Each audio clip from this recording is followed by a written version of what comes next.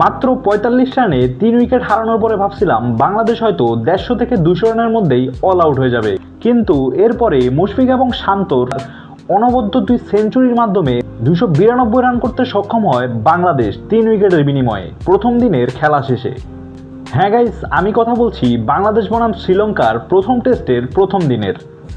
বরাবরের মতো আবারও ব্যর্থ আমাদের টপ অর্ডার। এনামুল হক বিজয়, মুমিনুল হক এবং সাদমান ইসলামরা দলীয় ৪৫ রানেই তিনজনই প্যাভিলিয়নে ফিরে যান এবং তার মধ্যে এনামুল হক বিজয় ১০ বল খেলে ০ রান করে ডাক মেরেই ফিরেন প্যাভিলিয়নে, যার উপর ভক্তদের ছিল অনেক আশা ভরসা। তার ফ্যানরা তাকে দলে পাওয়ার জন্য কি না করে, কত পোস্ট, কত ধরনের আলোচনা হয় তাকে নিয়ে, কিন্তু তিনি তার সুযোগটা কাজে লাগাতে পারেননি।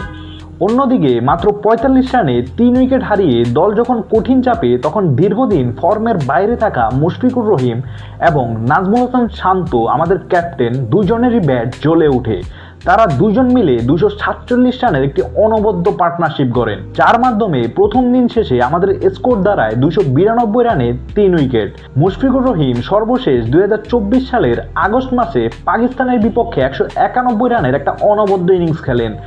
এরপরে মোট ৬টা নাকি ৭টা টেস্ট ম্যাচে তিনি একটা সিঙ্গেল 50-ও দেখা পাননি এবং অনেক দিন পরে তার প্রিয় প্রতিপক্ষ শ্রীলঙ্কাকে পেয়ে যেন আবারও জ্বলে উঠলেন মুশফিকুর রহিম। ব্যাট দিয়ে জবাব দিলেন তিনি এখনও পারেন, তিনি এখনও শেষ হয়ে যাননি। অন্যদিকে শান্তও যেন একইভাবে জবাব দিলেন 100 করার পরে তার সেলিব্রেশনের মাধ্যমে। অসাধারণ একটা সেলিব্রেশন ছিল তার কাছ থেকে।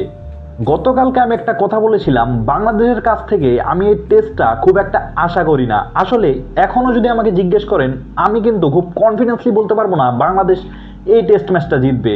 ওই কনফিডেন্সটা আমি বাংলাদেশের উপর থেকে অনেকটাই হারাইয়া ফেলছি।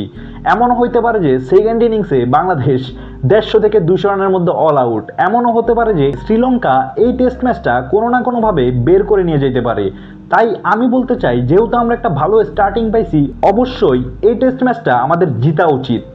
এখন দেখার বিষয় আমাদের বোলাররা কী ধরনের পারফরমেন্স করে, কারণ বিগত 2টা সিরিজ অর্থাৎ ইউএই সিরিজ এবং পাকিস্তান সিরিজে তাদের পারফরমেন্স ছিল একদম নাজেহাল। ব্যাটসম্যানদের থেকে খারাপ দুর্দশা ছিল আমাদের বোলারদের। এই জন্য আমার মতে এই টেস্ট জিততে হলে ব্যাটসম্যানদের পাশাপাশি আমাদের বোলারদেরকেও আবার ফর্মে ফিরে আসতে হবে। তো গাইস, আমার মতে কালকে সারাদিন ব্যাটিং করে 450 থেকে 500 রান করতে পারলেই বাংলাদেশকে ডিক্লেয়ার দেওয়া উচিত এবং শ্রীলঙ্কাকে ব্যাটিংয়ে আমন্ত্রণ জানানো উচিত। এই ক্ষেত্রে বাংলাদেশের চান্স থাকবে টেস্ট ম্যাচটা জিতার। তো গাইস, অবশ্যই একটি কথাই বলতে চাই, এই টেস্টের মাধ্যমেই বাংলাদেশ দল আবারও সেই পুরনো ছন্দে ফিরে আসুক এবং এই টেস্টেই কামব্যাক হোক বাংলাদেশ দলের।